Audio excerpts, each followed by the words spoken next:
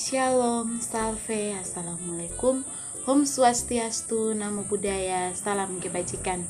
Perkenalkan, nama saya Antonia Nahas dari kelas A semester 1 program studi pendidikan guru sekolah dasar Fakultas Keguruan dan Ilmu Pendidikan Universitas Nusa Cendana.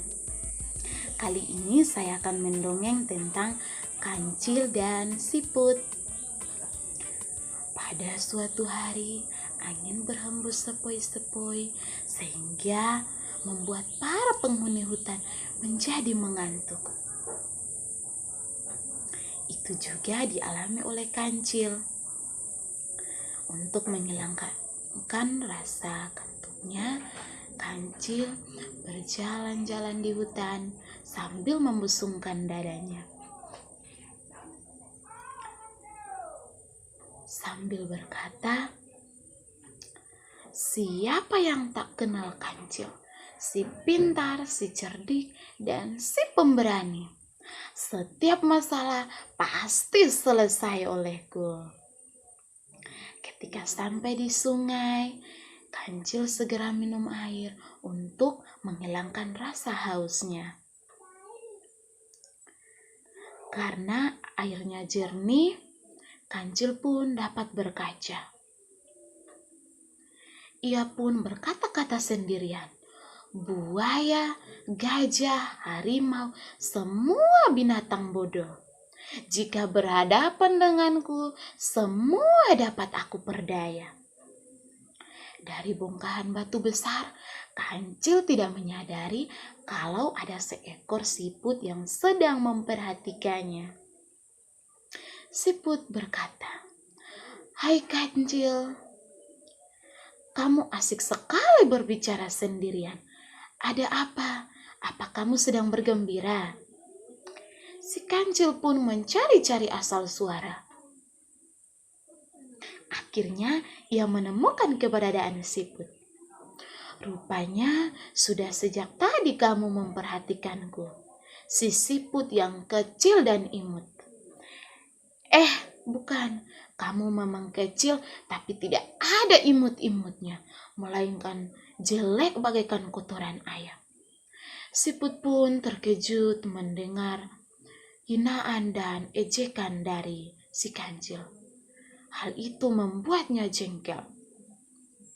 Siput pun berkata, "Hai kancil, kamu memang cerdik dan pemberani. Karena itu aku menantangmu lomba adu cepat." Akhirnya mereka menentukan perlombaan tersebut dilakukan minggu depan. Setelah kancil pergi, siput pun memanggil dan mengumpulkan semua teman-temannya. Ia meminta tolong agar saat perlombaan semuanya berada di jalur lomba. "Teman-teman, jangan lupa kalian bersembunyi di balik bongkahan batu, dan salah satu harus segera muncul ketika si kancil memanggil. Dan dengan begitu kita selalu berada di depan kancil." Nah, hari yang dinanti pun tiba. Kancil datang dengan sombongnya. Dan ia yakin ia pasti akan memenangkan perlombaan ini. Perlombaan pun dimulai. Kancil berjalan dengan santainya, sedangkan siput menyelam ke dalam air. Setelah beberapa langkah, kancil memanggil siput. "Siput!"